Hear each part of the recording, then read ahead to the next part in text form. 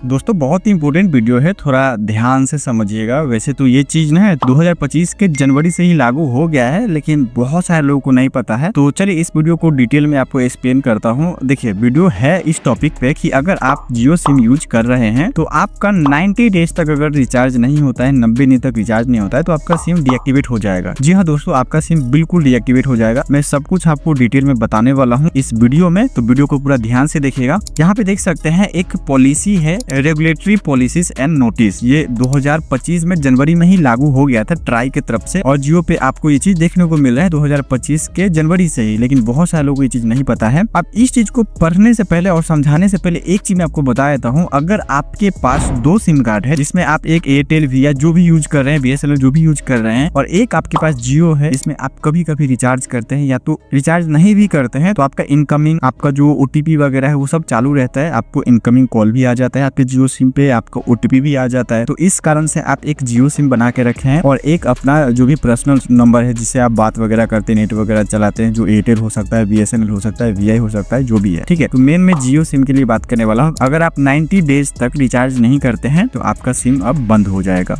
जी हाँ दोस्तों, चलिए मैं एक्सप्लेन करता हूँ आपको सभी चीज। और ये प्रीपेड सिम के लिए है, प्रीपेड वालों के लिए, ठीक है। यहाँ पे साफ साफ लिखा हुआ है in case of non usage, जैसे कि नन वॉइस हो गया, वीडियो कॉल हो गया, आउटगोइंग एसएमएस हो गया, डाटा यूजेज और usage of value added services, ठीक है। ये सब हो गया। अगर आप ये सब नहीं यूज करते हैं फॉर एक कंटिन्यूअस पीरियड ऑफ 90 डेज और मोर, यानी कि 90 दिन तक या तो उससे ज्यादा नहीं यूज करते हैं, तो उसके बाद लिखा है the mobile number will be deactivated at the discretion of Reliance Jio Infocomm limited subject to following. यानी कि उसके नीचे भी कुछ है जिसको फॉलो अगर आप नहीं करते हैं तो आपका बंद हो जाएगा। यानी कि 90 दिन तक कोई भी आपके फोन पे सर्विसेज रिचार्ज वगैरह नहीं हो रहा है। आउटगोइंग एसएमएस हो चाहे आउटगोइंग कॉल हो, जो भी होना चाहिए 90 दिन के अंदर में नहीं हो रहा है, सिर्फ और सिर्फ इनकमिंग आपको एसएमएस आ रहा है, इनकमिंग आपको कॉल आ रहा है, तो आपका सिम बंद हो जाएगा। उसके नीचे भी कुछ पॉइंट है, उसको मैं पढ़ देता हूँ, फिर एक्सप्लेन करूंगा डिटेल में, ठीक है। तो अगर आप जियो यूजर्स हैं तो वीडियो को पूरा ध्यान से देख लीजिएगा। यहाँ पे 2 पॉइंट दिया गया है। पहला पॉइंट है in case the available balance in your main account is more than 20 at the expiry of 90 days. अब ये कह रहा है कि अगर आपके मोबाइल में आपके जियो सिम पे